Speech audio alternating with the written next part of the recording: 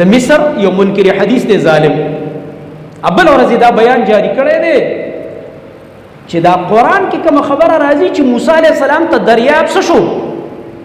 ها ودرېد کنه قرآن کې الله څه فرمایي ما ورته څومره لارې ورکړي ډېرې لارې ورکړې فراخه لارې مې ورکړې ټول پې پورې وته ځکه چې الله ورته ووهه په دې امسا باندې دا دریاب ووهه الله قرآن کې فرمایي ما وله وچې لارې ورکړې سورة طه کې الله رب العالمین فرمایي فاضرب لهم طريقا يبسا الله موسی علیه السلام ووهه د خپلو ملګرو دپاره د دریاب په امسا او تا ته به وچې وچې لارې درکړم دا الله په دې قادر دی چې اوبې ودرولې وچې لارې روډونه موټروی جوړه شوه دوی پې پورې وته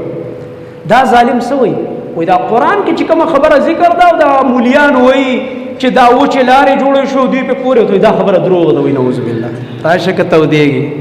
اوس یې په قرآن شروع درله وکړله په حدیثو باندې سینه یخه نه شوه اوس په قرآن راتاو شو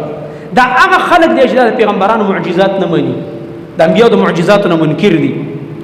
کله به د سلیمان علیه السلام د معجزاتو نه انکار کېږي کله به د داود علیه السلام د معجزاتو نه انکار کېږي کله به د موسی علیه السلام د معجزاتو نه انکار کېږي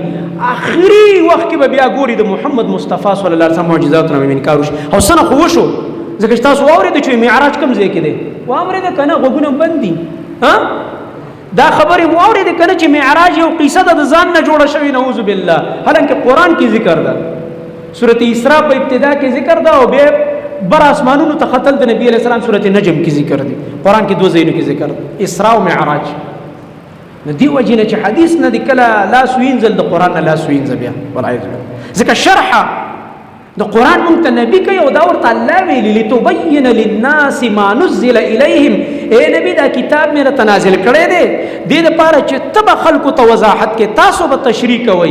د هغه کتاب نزل الیهم چې د خلکو ته نازل کړی شوی دی نبی علیه السلام دې دپاره راغلی و مونږ ته چې مونږ ته عملي طور باندې وښیي چې مونږ به په دې قرآن باندې څنګه عمل کوو زما محترم ورو